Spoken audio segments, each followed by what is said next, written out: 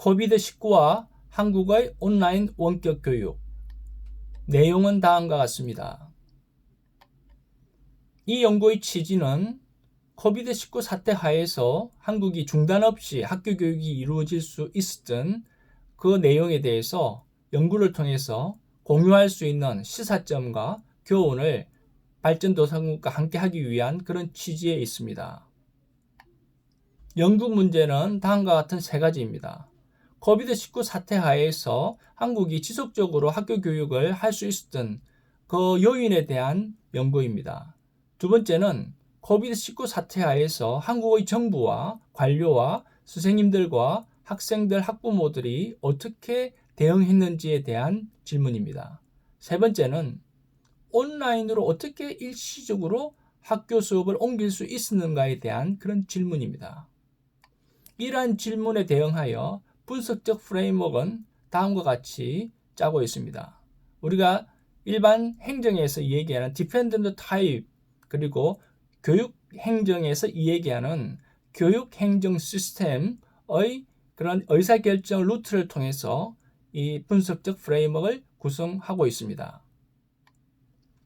한국의 교육부가 코비드19에 대응하여 어떠한 절차와 과정을 거쳤는지에 대한 내용입니다.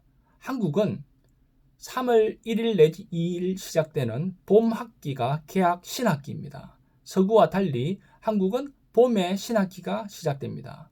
그래서 2월 말 내지 3월 초가 굉장히 분주한데 코비드19가 한국에서 2월달, 3월달 굉장히 심각했습니다. 그래서 한국에서 개학을 하기 위해서 어떻게 할지에 대한 의사결정이 굉장히 분주하게 이루어졌던 시기입니다. 그래서 한국은 개학을 하기 이전 4차례의 휴업을 하게 됩니다. 첫 번째, 두 번째, 세 번째, 네 번째의 휴업을 거쳐서 원래 3월 1일 내지 2일 하게 되는 개학을 4월 9일부터 단계적으로 초등학교, 중학교, 고등학교가 하게 됩니다.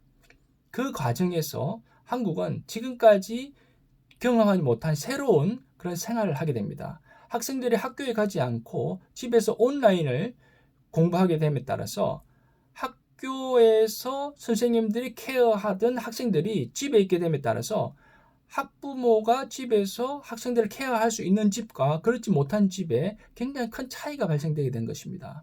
그래서 이러한 의사결정을 두고 굉장히 신중함을 거듭하게 됩니다. 그래서 학생들이 온라인으로 수업을 하게 되면 온라인 디바이스가 있어야 되고 학생들의 온라인 수업을 돌봐줘야 될 부모나 또는 가족이 있어야 되는데 이러한 환경이 이루어지지 않는 경우 많은 어려움이 있기 때문에 이러한 부분의 준비를 위해서 굉장히 많은 절차적인 그런 준비를 하게 되는 시기였습니다. 그래서 4차례의 수업을 연기하는 학교의 개학을 연기하는 기간 동안 정부에서는 디바이스를 공급하고 그리고 어려운 학생들에게서는 지원을 하는 그러한 과정들이 있었습니다. 그리고 이때 온라인 개학을 4월 9일에 하게 된 연휴에도 굉장히 많은 사회적인 의사결정 과정을 거치게 됩니다. 그래서 그 과정까지 순탄하게, 그리고 순탄하진 않았지만 큰 무리 없이 이루어지게 되었다는 점이 특징으로 얘기할 수 있겠습니다. 그리고 교육부에서는 이런 온라인 수업을 위해서 별도의 조직을 운영하게 됩니다.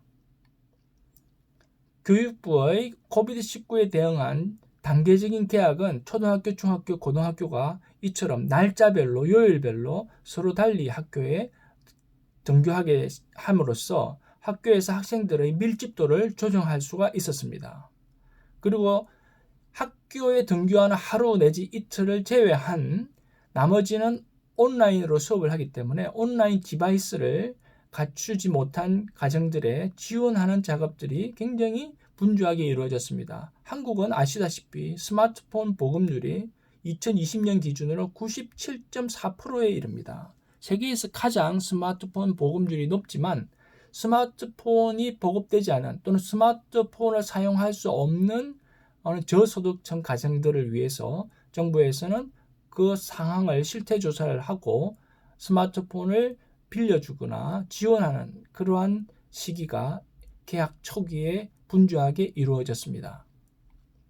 그리고 교육부는 이러한 온라인 수업을 위해서 행정 지침으로 가이드라인을 발표했습니다. 그리고 17개 시도 교육청에서는 이러한 교육부, 중앙정부인 교육부의 가이드라인에 부응하여 시도 교육청별로, 광역 시도 교육청별로 세부적인 지침을 하달하게 됩니다. 일선 학교에 하달하게 됩니다.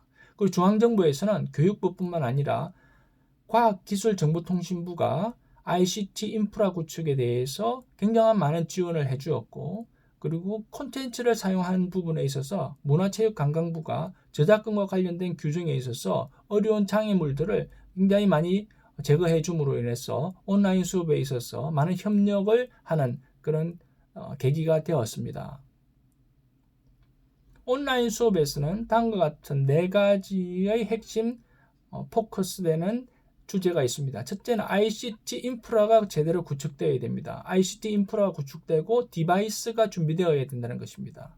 그 다음에는 실질적으로 온라인 수업을 하는 데 있어서도 플랫폼이라든지 콘텐츠라든지 LMS, 러닝 매니지먼트 시스템이 구축되어 있어야 되고 티칭 앤 러닝 메소돌로지가 갖춰져 있어야 됩니다.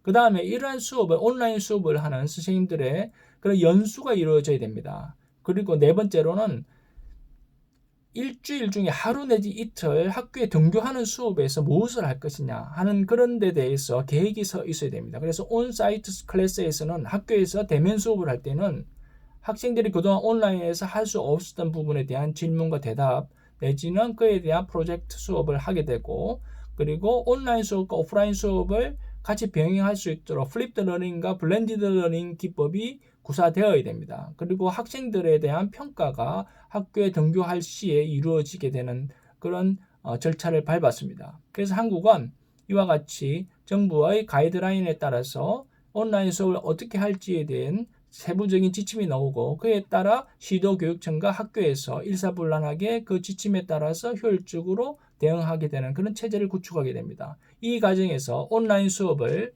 지원하는 EBS 방송국과 캐리스의 그런 역할이 굉장히 중요했다 할 수 있습니다.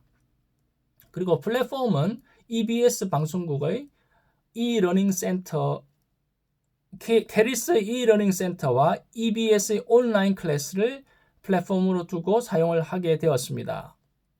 그 다음에 컨텐츠는 EBS와 e러닝 센터, 캐리스가 운영하는 e러닝 센터, 그 다음에 디지털 텍스트북, 그 다음 온라인에 운영되는 온스쿨을 가지고 콘텐츠를 보급하는 그런 통로로 사용하게 되었습니다.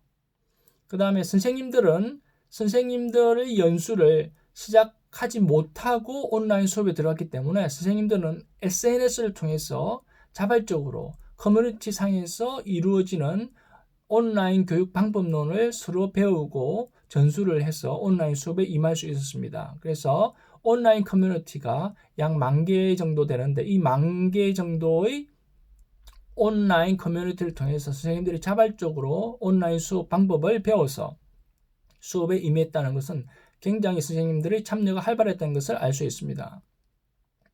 이 과정에서 한국 정부가 굉장히 고려를 했던 고려사항은 저소득계층 가정 학생들이 온라인 수업에서 뒤처지지 않도록, 그리고 공정하고 그 다음에 평등한 대우가 이루어질 수 있도록 굉장한 고려를 많이 했다는 점입니다. 물론 어느 나라든지 이 부분은 각급 정부에서 관심을 두는 부분입니다. 그 다음에 온라인 수업이 질적으로 하락하지 않도록 질을 유지할 수 있는 그런 방법론들을 계속 제시했다는 것입니다. 그래서 오프라인 수업과 온라인 수업을 병행하면서 블렌디드 러닝이 될 수 있도록 지원을 하였다는 것, 그 다음에 인프라를 잘 구축할 수 있도록 과학기술정보통신부의 지원이 굉장히 많았습니다. 그리고 민간의 통신사들도 지원이 있었습니다. 그리고 우리가 학교에서 특히 초등학교 저학년들 1, 2학년들의 경우에는 발달 과정상 온라인 수업을 하기에 적정하지 않습니다. 그래서 이러한 초등학교 1, 2학년 학생들은 EBS 방송국의 TV 방송을 듣게 함으로써 수업을 이어갈 수 있게끔 하였습니다. 그리고 학교에 가기가 어려운 그런 신체적인 여건이 있거나 그런 학생들을 위해서 학교에서는 찾아가는 수업도 이루어졌습니다. 그리고 선생님들의 연수와 그런 저작권 문제가 굉장히 문제가 잘 해결될 수 있었던 것도 큰 도움이 되었던 것 같습니다.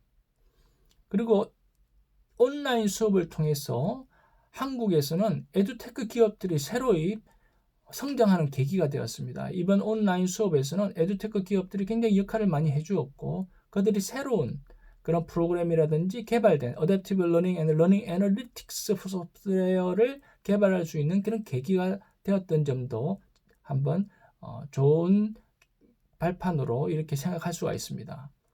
그 다음에 이번 온라인을 통해서 우리가 새로이 기존의 교과서나 논문을 통해서 볼 수 있었던 어댑티브 러닝과 러닝 애널리틱스를 발전시킬 수 있는 그런 계기가 되었다는 것입니다. 그래서 문항 반응 이론과 지식 공간 이론 또한 데이터를 기반으로 한 데이터 드리븐 어널리시스를 할 수 있게끔 그런 계기가 되었다는 것은 굉장히 좋은 어떤 실험의 장이었다고 할 수 있습니다. 과학기술적으로는 이 부분이 있어서 굉장히 발전을 할 수 있는 그런 계기가 되었던 것 같습니다.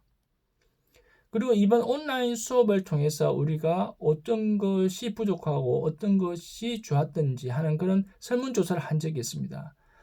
이 온라인 수업에 대한 설문조사를 통해서 우리가 알 수 있었던 것은 온라인 수업은 시간과 공간을 극복할 수 있는 그런 배움의 장이었다는 것에 대해서 많은 사람들의 그런 동의가 있었고 이런 계속적인 교육, 그 다음에 플렉서블하게 교육을 할 수 있었다는 그런 장점이 있었습니다. 그리고 여기에 대해서 부족한 점 내지 애로사항으로는 초등학교의 경우에 선생님들이 초등학교 학생들의 수업 참여에 동기부여를 하기 어려웠다는 점을 들 수 있었습니다. 그 다음에 초등학생들의 경우에는 친구들을 볼 수 없기 때문에 사회화 과정에 있어서 굉장히 어려움에 처한다는 그런 답변이 있었습니다. 중고등학교의 경우 공부를 오랜 시간 동안 해야 되는데 온라인을 통해서 수업을 하게 되니까 굉장히 피로하다는 그런 반응이 많았습니다. 그리고 사람들과 서로 커뮤니케이션 하기가 어려웠다는 그런 애로사항도 보고되었습니다.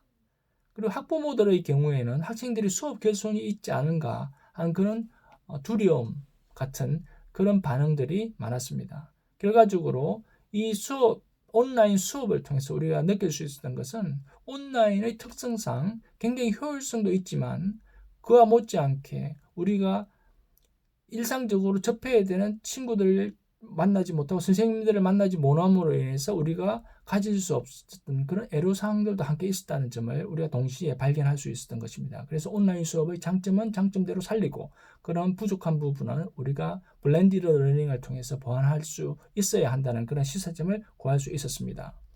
그리고 이러한 온라인 수업을 통해서 우리가 시사점 내지 교훈으로 할 수 있었던 것은 우리가 정부의 그런 시책이라든지 지침에 굉장히 능동적으로 대응하고 그에 따를 수 있었던 것은 민주주의 체제 하에서 정부에 대한 어떤 트러스트, 신뢰 기반에 의해서 협력할 수 있던 파트너십이 굉장히 잘 활용되었다는 점을 특징으로 볼 수 있습니다. 그 다음에는 우리가 사교육의 기업들이 에듀테크 기업으로서 성장하고 있는데 이러한 사교육에서 출발한 에듀테크 기업들의 역할도 굉장히 컸다는 것을 저희가 발견할 수 있었습니다. 그 다음에는 저희가 서로 협력하고 이런 도와주는 또는 신뢰를 바탕으로 하는 파트너십 체제가 구축될 수 있었다는 것은 정부의 가버넌스 상에 있어서 그 효율성을 굉장히 활용을 잘 했다는 점을 우리가 꼽을 수 있습니다.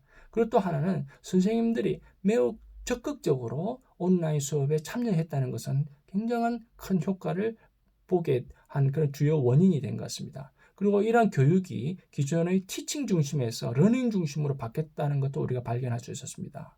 그리고 또 하나는 우리가 온라인 수업을 통해서 그 다음 단계인 어댑티브 러닝과 러닝 애널리틱스로 넘어갈 수 있는 계기가 되었다는 것도 굉장히 큰 시사점을 주는 것 같습니다. 그래서 하이테크와 하이터치가 가능하도록 한국의 교육은 새로운 단계를 맞이할 것 같습니다.